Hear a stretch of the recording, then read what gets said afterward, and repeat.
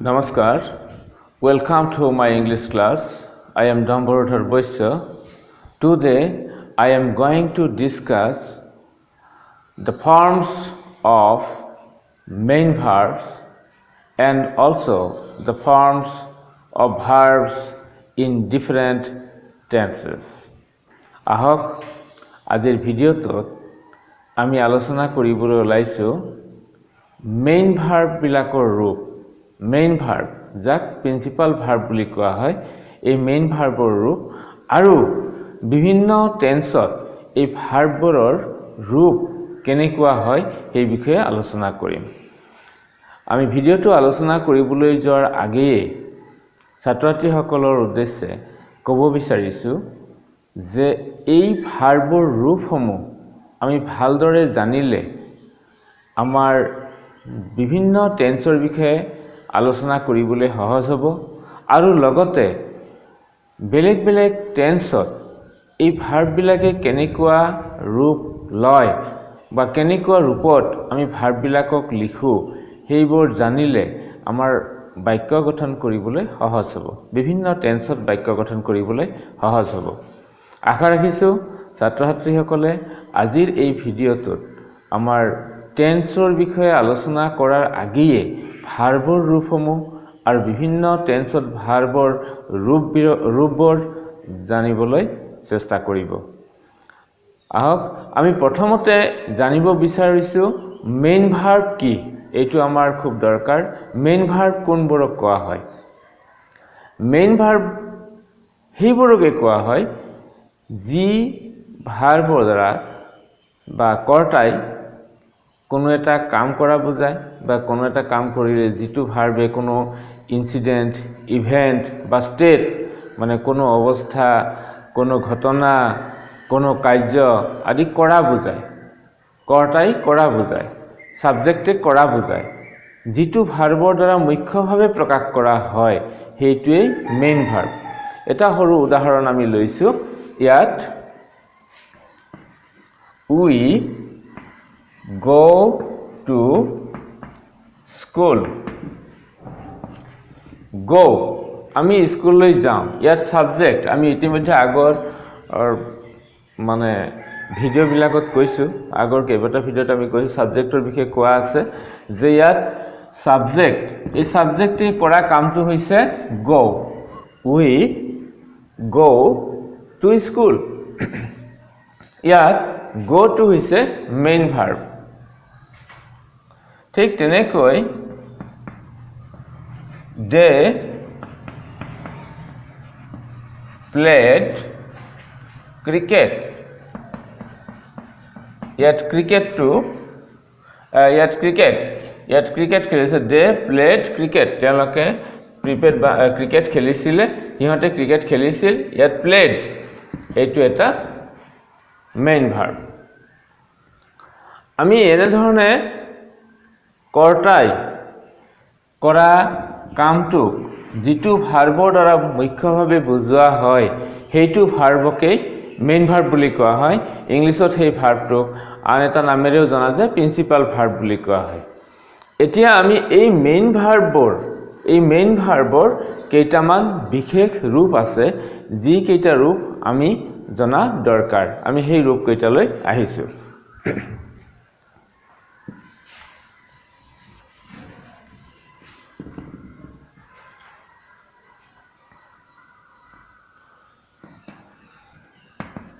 main ভাৰ্বৰ ৰূপ আমি যিকোনো এটা ভাৰ্বৰ মেইন ভাৰ্বৰ চাৰিটা মেইন মুখ্য ৰূপ পাওঁ এটা প্ৰেজেন্টৰ ৰূপ এটা পাষ্টৰ ৰূপ এটা পাষ্ট পাৰ্টিসিপলৰ ৰূপ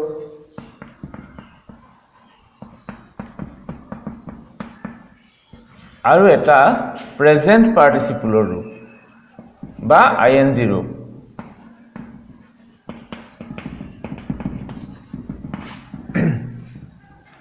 এই চাৰিটা ৰূপক ভাৰ্বৰ এই চাৰিটা ৰূপক আমি ভাৰ্ব 1 verb 2 verb 3 আৰু verb 4 হিচাপে জানো এটো খুব দৰকাৰী কথা যে verb 1 মানে ভাৰ্বৰ প্ৰেজেন্ট টেন্সৰ ৰূপটো যেটো বেয়াৰ form of the main verb যেটো তাৰ স্বাভাৱিক ৰূপ এটো হৈছে প্ৰেজেন্ট পাস্ট টেন্সৰ ৰূপ এটা পাস্ট টেন্সত আমি কেনেকৈ ৰূপত লিখো ঠিক তেনেকৈ পাস্ট পাৰ্টিসিপলৰ ৰূপ আৰু প্ৰেজেন্ট পাৰ্টিসিপল ৰূপ বা আইএনজি ৰূপ এতিয়া আমি এটা সৰু উদাহৰণ লৈছো ইয়াত যেনে আমি লিখো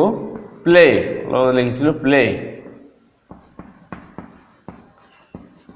played played playing play played playing ঠিক তেনেকৈ আমি যদি এটা ভাবো give gave given giving ইয়াত আমি ভাৰ্বৰলৈ চাওঁ এইটো হৈছে ভাৰ্ব 1 প্ৰেজেন্ট টেন্সৰ ৰূপ ইয়াত কি আছে প্লে আৰু গিভ এইটো মেইন ভাৰ্বৰ স্বাভাৱিক ৰূপটো দিয়া আছে এইটো ভাৰ্ব 1 এইটো হৈছে ভাৰ্ব 2 পাস্ট টেন্সৰ ৰূপ ইয়াত প্লেড প্লেৰ লগত ইডি যোগ কৰা হৈছে গিভ ভাৰ্বটো ইয়াত হলনি হৈ এটা নতুন ৰূপ পাইছে গেভ হৈছে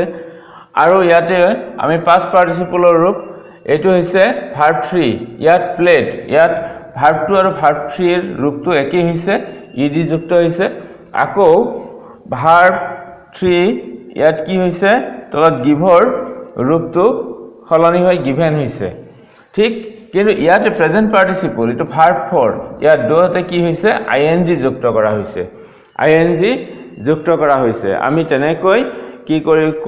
কৰিব পাৰিছো যে চাৰিটা ৰূপ আমি মূল ভাৰ্বৰ চাৰিটা ৰূপ পাওঁ এতিয়া এই চাৰিটা ৰূপৰ কথা জানিলে আমাৰ কি কি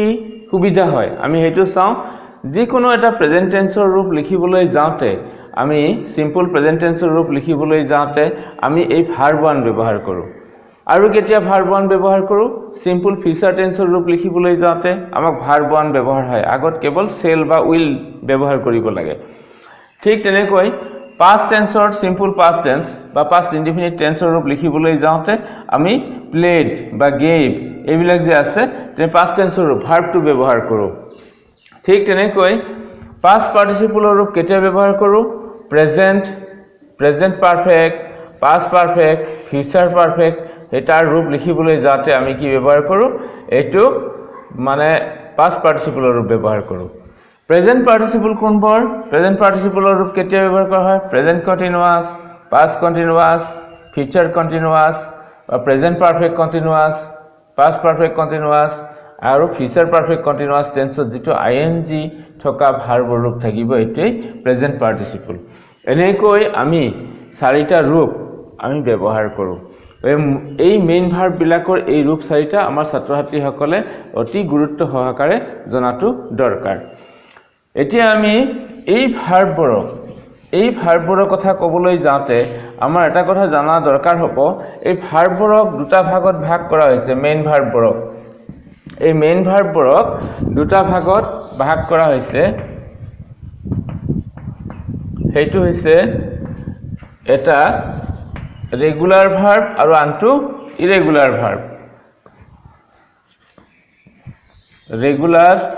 ভাৰ্বস আৰু ইৰেগুলাৰ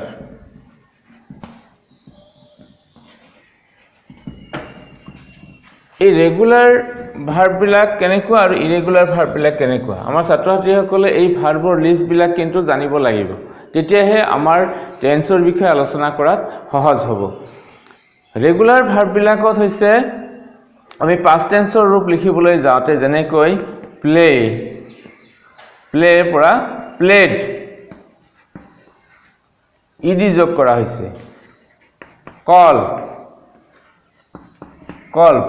ইডি যোগ কৰা হৈছে ইয়াত past tense ৰূপ লিখিবলৈ যাতে কি কৰা হয় past tense আৰু past participle ৰূপ লিখিবলৈ গলে কেতিয়াবা ed যোগ কৰা হয় যে এই ধৰণৰ যে played called এনে ধৰণে বিশেষকৈ যিবিলাক ভাৰ্বৰ আমি past tense ৰূপ লিখিবলৈ যাওঁতে এনেকৈ ed যুক্ত কৰো এইবিলাক হৈছে ৰেগুলাৰ ভাৰ্ব আমাৰ ছাত্ৰ-ছাত্ৰীসকলে জনা দৰকাৰ আমাৰ যিমানখিনি ভাৰ্ব ব্যৱহাৰ কৰো তাৰ 97% ভাৰ্বই হৈছে এই ৰেগুলাৰ ভাৰ্ব বিলাকৰ বিষয়ে বেছিকৈ জানিলে আমাৰ কথোপকথন কৰা বিভিন্ন বাক্য আদি প্ৰকাশ কৰা আমাৰ সহজ হৈ পৰে আমি বাস্তৱ ক্ষেত্ৰত দেখা বেছিভাগ ঘটনা আমি এইটো ৰূপতেই ব্যৱহাৰ কৰি আহো অৰ্থাৎ ৰেগুলাৰ ভাৰ্ব কিছুমানে আমাৰ বেছিকে ব্যৱহাৰ হয় ইৰেগুলাৰ ভাৰ্ব বিলাক কেনেকুৱা ইৰেগুলাৰ ভাৰ্ব বিলাকৰ ক্ষেত্ৰত কেনে ধৰণে আছে যেনে আমি take took ঠিক তেনেকৈ আকৌ আমি কি কৰো go went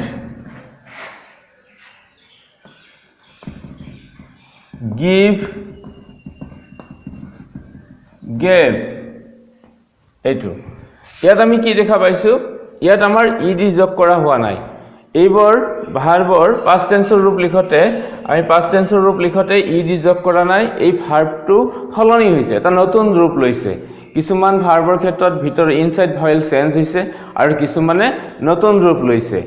ইয়াত goৰ past tense went হৈছে এটা নতুন শব্দ আহি গৈছে ঠিক তেনে takeৰ past tense took হৈছে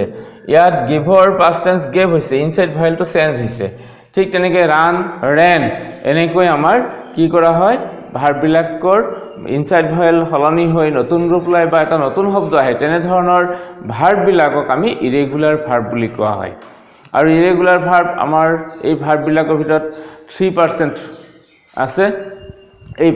3% ভাৰ্ব আমি যদি ভালদৰে জানো তেনেহলে অতি সহজ হয় আমি ভাৰ্ব বিলাক বিচাৰি উলিয়াব লাগে কোনটো ভাৰ্ব কেনেকুৱা কত আছে বা কি বিলাক কাৰ্য আমি কৰো আমি কাম কৰি থকা আমাৰ দৈনন্দিন জীৱনত আমি কৰি থকা কামবোৰক যি ভাৰ্বেৰে প্ৰয়োগ কৰো সেই বিলাকেই মেইন ভাৰ্ব আৰু সেই মেইন ভাৰ্ব বিলাকৰ ৰূপবোৰ আমি past tenseত লৈ যাওঁতে কেনে ধৰণৰ ৰূপ ব্যৱহাৰ কৰো এইখিনিতে মই ছাত্ৰ-ছাত্ৰীসকলক এটা সৰু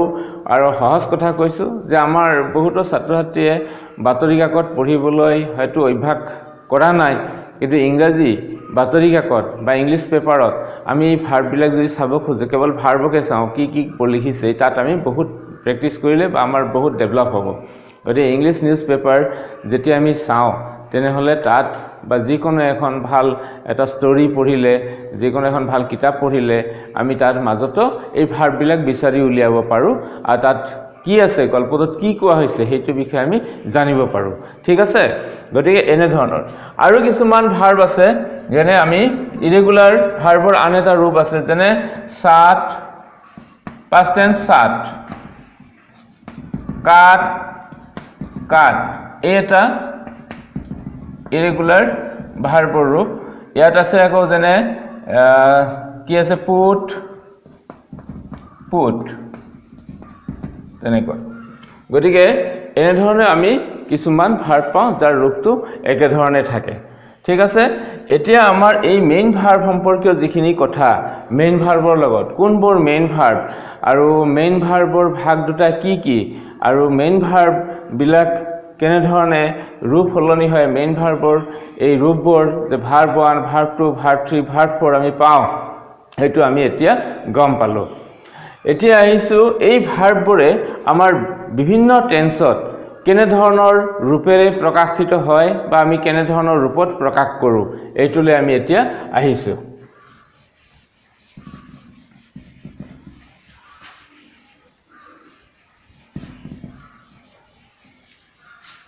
টেন্সৰ লগত এই ভাৰ্ব বিলাক খুব জড়িত যিকোনো বাক্য এটা কবলৈ যাওঁতে আমাক ভাৰ্ব লাগে ভাৰ্বৰ এটা মুখ্য ভূমিকা আছে আৰু এই মুখ্য ভূমিকাটো হল বাক্য গঠন কৰিবলৈ যাওঁতে তাৰ মূল যি ভূমিকা পালন কৰা পদ বা পাৰ্টস অফ স্পিচ এইটো হৈছে ভাৰ্ব গতিকে এইটো আমাৰ ভাৰ্বটো আমি জানিব লাগিব আৰু বিভিন্ন টেন্সত ভাৰ্বৰ দ্বাৰা আমি প্ৰকাশ কৰো এতিয়া আমি আহিছো টেন্স বুলি কোৱাৰ লগে লগে আমি অলপমান টেন্সৰ পৰিচয় দিম টেন্স মানে হৈছে কাল অসমীয়াত তাক কাল বুলি কোৱা হয় আৰু এই টেন্স মূলতঃ তিনিবিধ মূলতঃ টেন্স তিনি প্ৰকাৰৰ বা প্ৰধানকৈ মূলতঃ বা প্ৰধানকৈ টেন্স হৈছে আমি past present আৰু future কিন্তু আলোচনা সুবিধাৰ কাৰণে আমি কি কৰো যে প্ৰেজেন্টটো আগত ৰাখো প্ৰেজেন্ট past আৰু future এই প্ৰত্যেকটোৰে আকৌ চাৰিটাকৈ কি আছে চাৰিটাকৈ ভাগ আছে আমি হেইটো জানিব লাগিব চাৰিটাকৈ ভাগ আছে কেনে ধৰণৰ আমি অলপ আলোচনা কৰো এ সিম্পল বা ইনডিফিনিট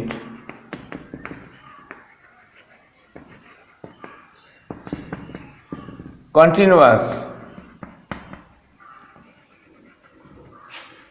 পাৰফেক্ট আৰু পাৰফেক্ট কন্টিনিউয়াস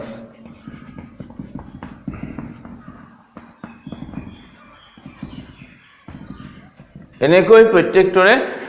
চাৰিটা ভাগ আছে আমি প্ৰেজেন্টৰটো এই চাৰিটা ভাগ পাম পাষ্টটো এই চাৰিটা ভাগ পাম আৰু ফিউচাৰটো এই চাৰিটা ভাগ পাম কেৱল ইয়াৰ আগে আগে প্ৰেজেন্ট হলে প্ৰেজেন্টটো লগ লাগিব পাষ্ট হলে পাষ্ট লগ লাগিব ফিউচাৰ হলে ফিউচাৰ লগ লাগিব ঠিক তেনেকৈ আমি পাম গতিকে আমাক এটা প্ৰশ্ন যে টেন্স কেইবিধ এইটো যদি প্ৰশ্ন আমাক সোধা হয় তাৰ উত্তৰত আমি কি ক'ম টেন্স প্ৰধানকৈ তিনিবিধ আৰু এটা চাৰিটাকৈ ভাগ আছে সৰ্বমুঠ টেন্সৰ ভাগ হল 12টা অৰ্থাৎ আমাৰ ইয়াত তিনিটা আছে প্ৰত্যেকৰে চাৰিটাকৈ লগ লগালে কেইটা হ'ব 12টা হ'ব গতিকে আমাৰ বাক্য গঠন কৰিবলৈ যাওঁতে আমি ভাৰ্বৰ এই 12টা ৰূপেই জানিব লাগিব আৰু সেই বিষয়ে আজি আমি আলোচনা কৰিবলৈ ওলাইছো ঠিক আছে গতিকে আমি এতিয়া আহিছো প্ৰেজেন্টৰ ৰূপ চাৰিটাৰ কথা আগত কওঁ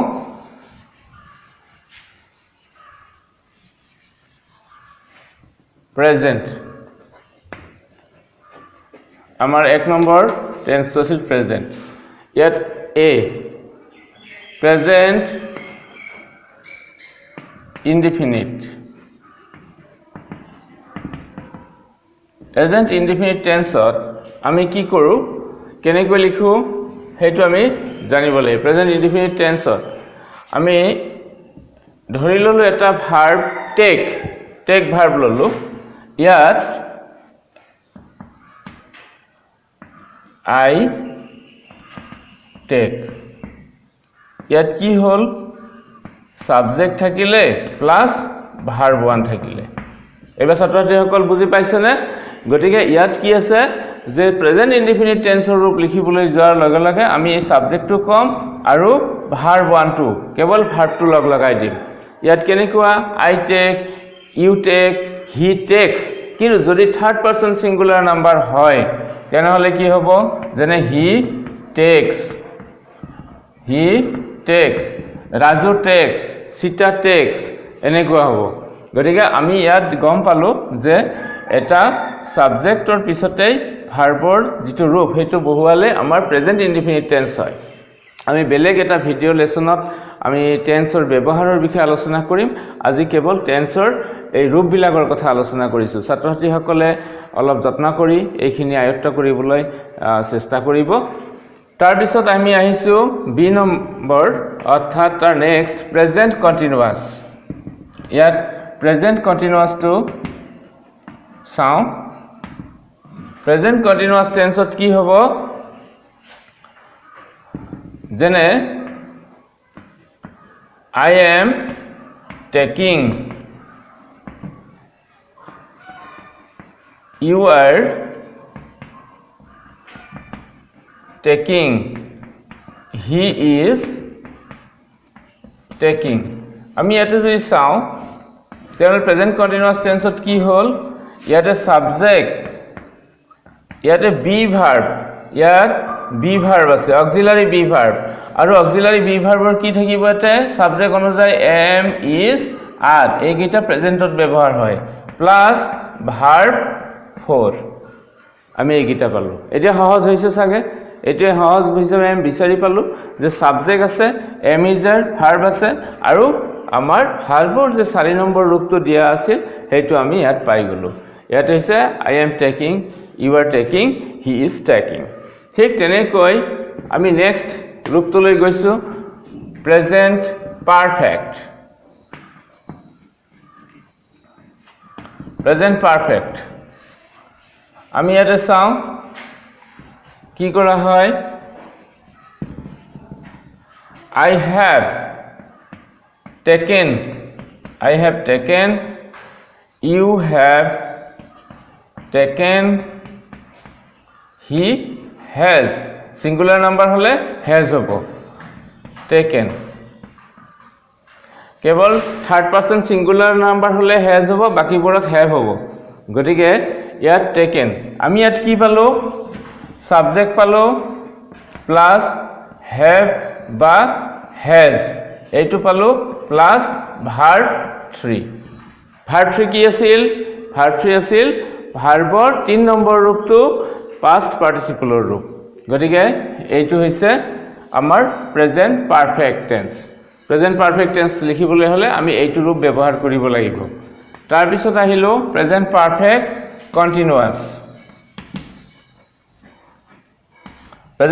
কন্টিনিউয়াস টেন্স তাত আমি কি লিখিম এতিয়া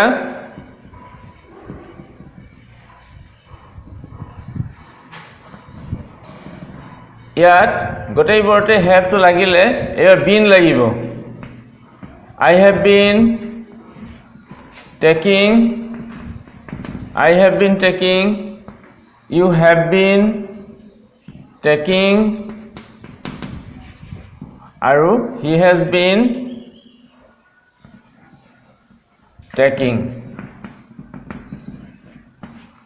ইয়াত আমাৰ কি হৈছে সাবজেক্ট থাকিলে প্লাস have বা has হ'ব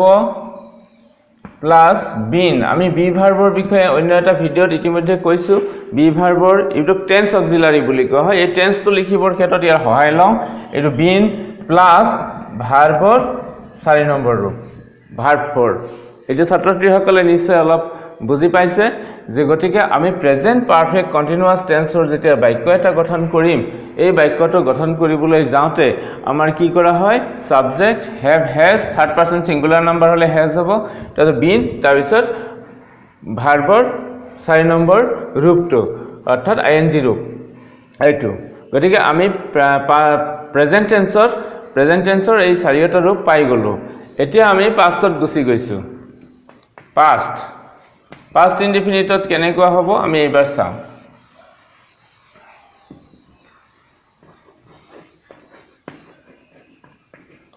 কাৰণ টেন্সৰ বিষয়ে ব্যৱহাৰ জানিবলৈ যোৱাৰ আগত আমাক ৰূপখিনি আগত লাগিব past indefinite tense আমি ধৰি লৈছিলো টেক ভাৰ্বৰ সহায়ত আমি প্ৰকাশ কৰিছো I take আসিলে এতিয়া টেকৰ past tense কি হ'ব আমি 2 নম্বৰ ৰূপটো লিখিব লাগিব I took you took he took অৰ্থাৎ আমাৰ ইয়াত কি হ'ল আমি দেখা পালো সাবজেক্ট প্লাস ভাৰ্ব 2 অৰ্থাৎ ভাৰ্বৰ যেটো past tenseৰ ৰূপ হেতু আমি ইয়াত লিখিব পাৰিলো গটিকে সাবজেক্ট আৰু ভাৰ্ব 2 এটো লিখিব লাগিব এতিয়া আমাৰ আহিলো past continuous tense আমি কেনেকৈ লিখিম past continuous tense আমি আগৰ নিচিনাকৈ প্ৰেজেন্ট কন্টিনিউয়াস টেন্সত যেনেকৈ বি ভাৰ্ব লিখিছিলো ইয়াতো আমি বি ভাৰ্ব লিখিম কিন্তু ইয়াতত বি ভাৰ্বৰ past tenseৰ ৰূপ লিখিব লাগিব এমৰ past tense was হ'ব ঠিক তেনেকৈ আৰৰ past tense were হ'ব ইজৰ past tense was হ'ব আৰু ইয়াত টেকিং এই ৰূপটো আমি আগতে কৈছো যে past continuous tenseটো আমাৰ ভাৰ্বৰ 4 নম্বৰ ৰূপটো থাকিব গটিকে ইয়াত এই হিচাপে টেকিং হৈছে গটে আমি দেখিলো সাবজেক্ট প্লাস বি ভার্ব আগতো বি ভার্ব লিখিছো কিন্তু ইয়াত was আৰু were past tenseৰ ৰূপবৰ am is আৰৰ past tenseৰ ৰূপ am আৰু isৰ past tense was আৰৰ past tense were plus verb 4 গতিকে আমি এনেকৈ past continuous tenseৰ ৰূপটো পাম এইবাৰ আহিছো past perfect tense past perfect tense আৰু present perfect tense একেই কেৱল have আৰু has ৰ ৰূপটো হলনি হ'ব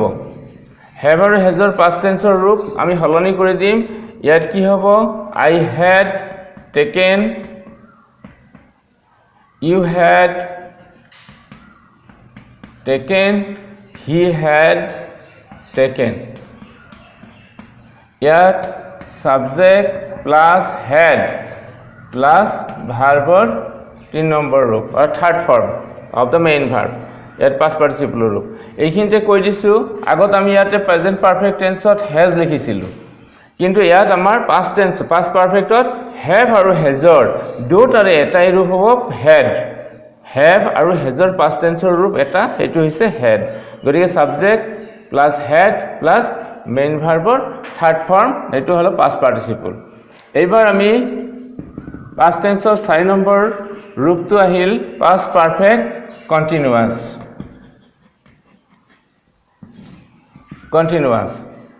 এতিয়া আমি চাও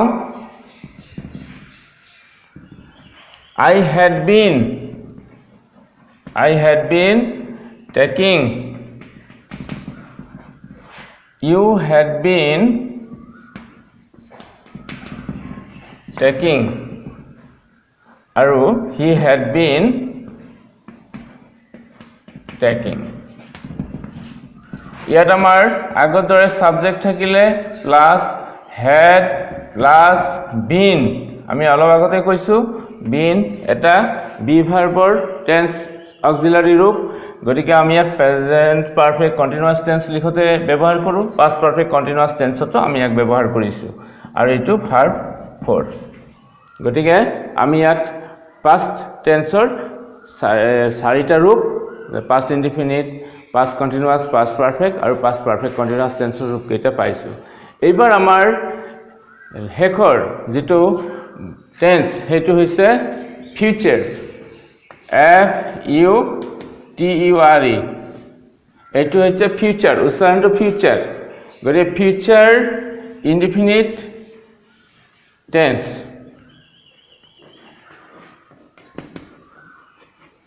future indefinite future indefinite আমি কি লিখো এটো আমি চাইলো future indefinite tense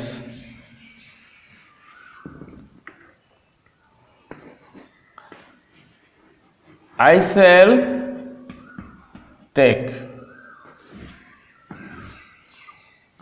take you will take he will take আমি ইয়াতে যদি চাও কি হৈছে একেবাৰে সহজ ছাত্ৰছাত্ৰীসকলে অলপমান চালে বুজি পাব ইয়াত সাবজেক্ট প্লাস shall বা will shall আৰু willৰ ব্যৱহাৰ আমি আন ভিডিওত বিশেষভাৱে উল্লেখ কৰিম তথাপিতো মই কৈ দিছো যেতিয়া ফাৰ্স্ট পাৰসন প্ৰথম পুৰুষ মই আমি অৰ্থাৎ I we এটো হ'ব তেতিয়া আমাৰ shall ব্যৱহাৰ কৰা হয় আৰু বাকি সকলো ক্ষেত্ৰতে will ব্যৱহাৰ কৰা হয় গতিকে shall will প্লাস এটো ভাৰ্ব ওয়ান আহি গৈছে অৰ্থাৎ আমি যদি shall will খিনি বাদ দিও মাইনাস কৰি দিও তেন লগে লগে প্ৰেজেন্ট ইনডিফিনিটত গুছি যাব আৰু প্ৰেজেন্ট ইনডিফিনিট থকা হে ভাৰ্বটোৰ আগত যদি shall will বহাই দিও লগে লগে ফিউচাৰ ইনডিফিনিট হৈ যাব কি ধুনিয়া গতিকে আমি এইটোই যে ফিউচাৰ ইনডিফিনিট তাৰ মানে ভৱিষ্যতৰ কোনো এটা কাম কৰা হ'ব আমি ব্যৱহাৰ বিলাক আন ভিডিওত নিশ্চয় কম গতিকে ইয়াত কি আছে shall will এটো অকল ভাৰ্ব ওয়ানৰ আগত বহিলেই ই ফিউচাৰ ইনডিফিনিট হৈ যায় এইবাৰ ফিউচাৰ কন্টিনিউয়াস আমি এইবাৰ চাও future continuous tense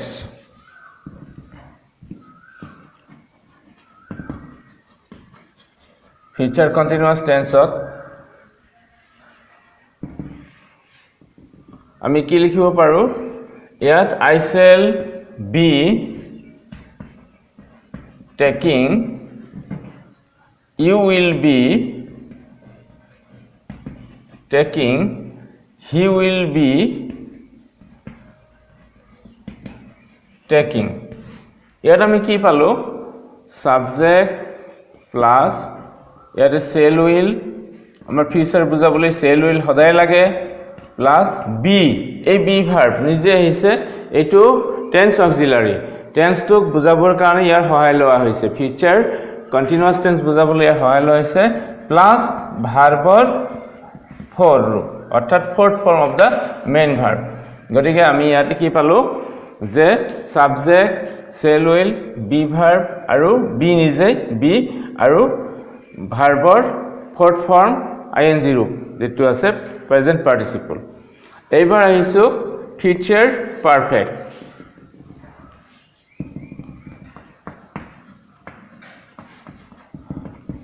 future perfect tense আমি যদি চাও কেনেকৈ লিখিব লাগে টেক ভাৰ্বৰ সহায়ত টেক ভাৰ্বটো আছিল মেইন ভাৰ্ব আমি মেইন ভাৰ্বটোৰ ৰূপ লিখিবলৈ যাতে কি সহায় ল'ব লাগে I shall have taken you will have taken he will have taken